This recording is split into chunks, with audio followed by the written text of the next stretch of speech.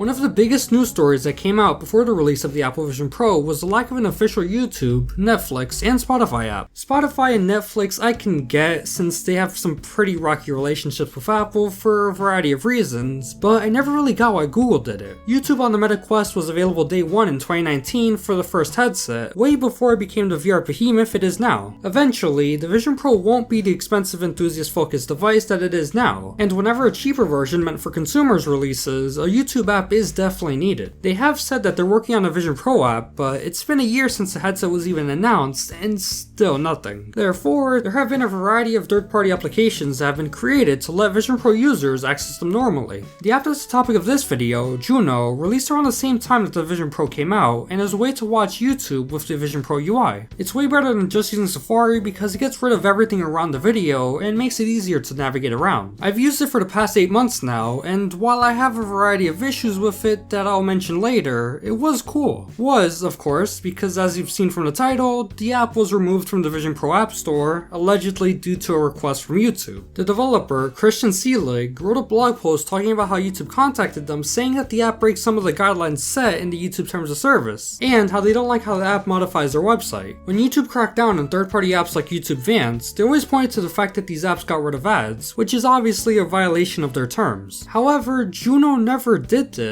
If you don't have a YouTube Premium subscription, then ads would play normally. Like Seelig notes, Juno is just a wrapper of the YouTube website with the Vision OS UI added on top, so I'm not sure what prompted them to take action against it. From what I've read in the branding guidelines and terms of service, there's nothing glaring that would make the situation make sense, but it is Google's, so trying to ask them in any way would be like talking to a brick wall. Like I mentioned earlier, I used Juno quite a lot for a while since it was a great way to watch videos, but if I remember correctly, it had been around 2 to 3 months since the last update. I stopped using it because the most recent version is kinda buggy, like how the video just freezes while watching, requiring you to exit and reopen it, and there's also no way to look at comments or interact with the video itself. If you're wondering, Juno is completely gone from the App Store and there's no way to install or reinstall it. Apple has scrubbed all mentions of the app, which is definitely a shame since clearly there was a lot of effort put into it and it looked nice overall. There are other, and in my opinion, better ways to watch YouTube on the Vision Pro, but I'm not a snitch, so you won't be hearing it from my lips. I think the funniest part of all of this is that this isn't the first time Seelig has had to shut down one of his apps. I still remember using his third-party Reddit app, Apollo, before Reddit raised the prices of the API to unreasonable prices. Anyways, that's all for today. Make sure to like and subscribe for more footage of me watching my own video just like this one. Thanks for watching, I hope you enjoyed, and take care.